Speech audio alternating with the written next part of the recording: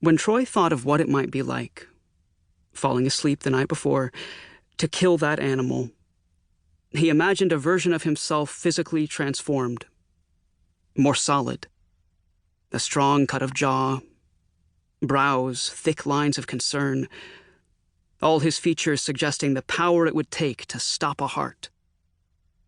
The next day, Troy was trailing that buck through the snow, the blood from its punctured chest now only faintly visible in the slush. Neil walked alongside the animal, examining the watery film of its eye, pulling back to observe the twitching tail. This, Troy knew, is what happened when you lied in passing about being an avid hunter, after you made a promise to show your boyfriend how hunting works. You opened that box containing your father's old gun and drove your pickup with the only man you have ever loved down a mud-rutted road into untraveled backwoods. You walked slowly around the pines, listening with an air of practice for the sound of an animal you knew you'd never find. And then a young buck wandered lazily into your path. You knelt slowly, acting the part, and tried to miss, prayed to miss.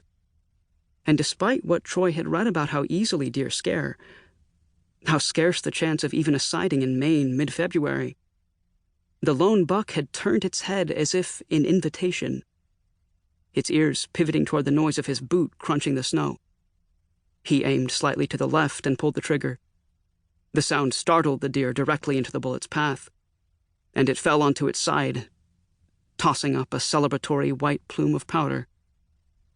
And now, here he was, rattled by a deep cold, followed by a man who couldn't kill an ant without squirming, dragging a deer by the antlers a quarter-mile back to his pickup, where he'd swaddle the body in a blue tarp normally reserved for summer mulching.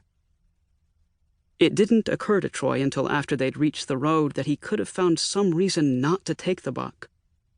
Not regulation, or could be diseased, see this? And then he'd point to some questionable feature, a dirtied coat, perhaps something as easily missed, that could only be caught by an expert hunter, as the color of its eye, something Neil would believe. But even that would have been difficult, he realized, as he struggled to lift the body into the bed of the pickup. Bullet wound aside, the creature was all perfect cream coat and short, sleek hair. Troy hoped that at any moment the deer might kick free of his grasp and dart off, back into the wilderness, so that they could both continue on living.